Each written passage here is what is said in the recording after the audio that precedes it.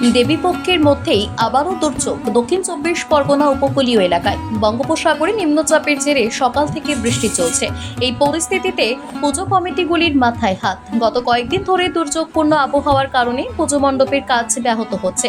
দেবীপক্ষের সূচনা হয়ে গিয়েছে হাতে আর মাত্র কয়েকটা দিন। তারই মধ্যে গতকাল রাত থেকে যেভাবে বৃষ্টি হচ্ছে তাতে করে পুজো মণ্ডপের কাজ সময় মতো শেষ করতে পারবে কিনা তাই নিয়ে চিন্তায় কাকদ্বীপের পুজো কমিটিগুলি। এই পরিস্থিতিতে পুজো মণ্ডপের কাজ শেষ করতে হিমশিম অবস্থা হচ্ছে মণ্ডপের কাজ করা শিল্পীদের। এই সমস্যায় পড়ে আছে। এই তো বৃষ্টি এখনো পড়ছে, দেখতে পাচ্ছ, তার মধ্যেও কাজ চালিয়ে যেতে হচ্ছে। সামনে তো আর কয়েকদিনের মধ্যেই পুজো, মানে কালকে তো ছেড়ে দিতেই হবে, যত কষ্ট হোক যাই হোক, এই ভিজে ভিজে হলেও করে দিতে হবে। কতদিন ধরে কাজ করছেন এখানে? এখানে 1 মাসের উপরে কাজ হচ্ছে। রাত দিন কাজ করছেন? হ্যাঁ, রাত দিনই কাজ হচ্ছে।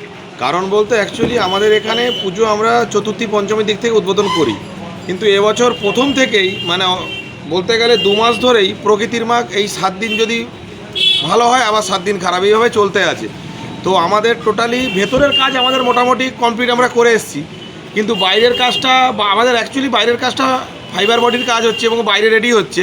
কিন্তু এই মুহূর্তে হঠাৎ করে আবার এই পুজোর একদম মুখে বৃষ্টি আসার জন্য বাইরে যেটুকুনি আঠা দিয়ে যে কাজটা রয়েছে সেটা তো না শুকনো হলে কিছু সম্ভব নয়।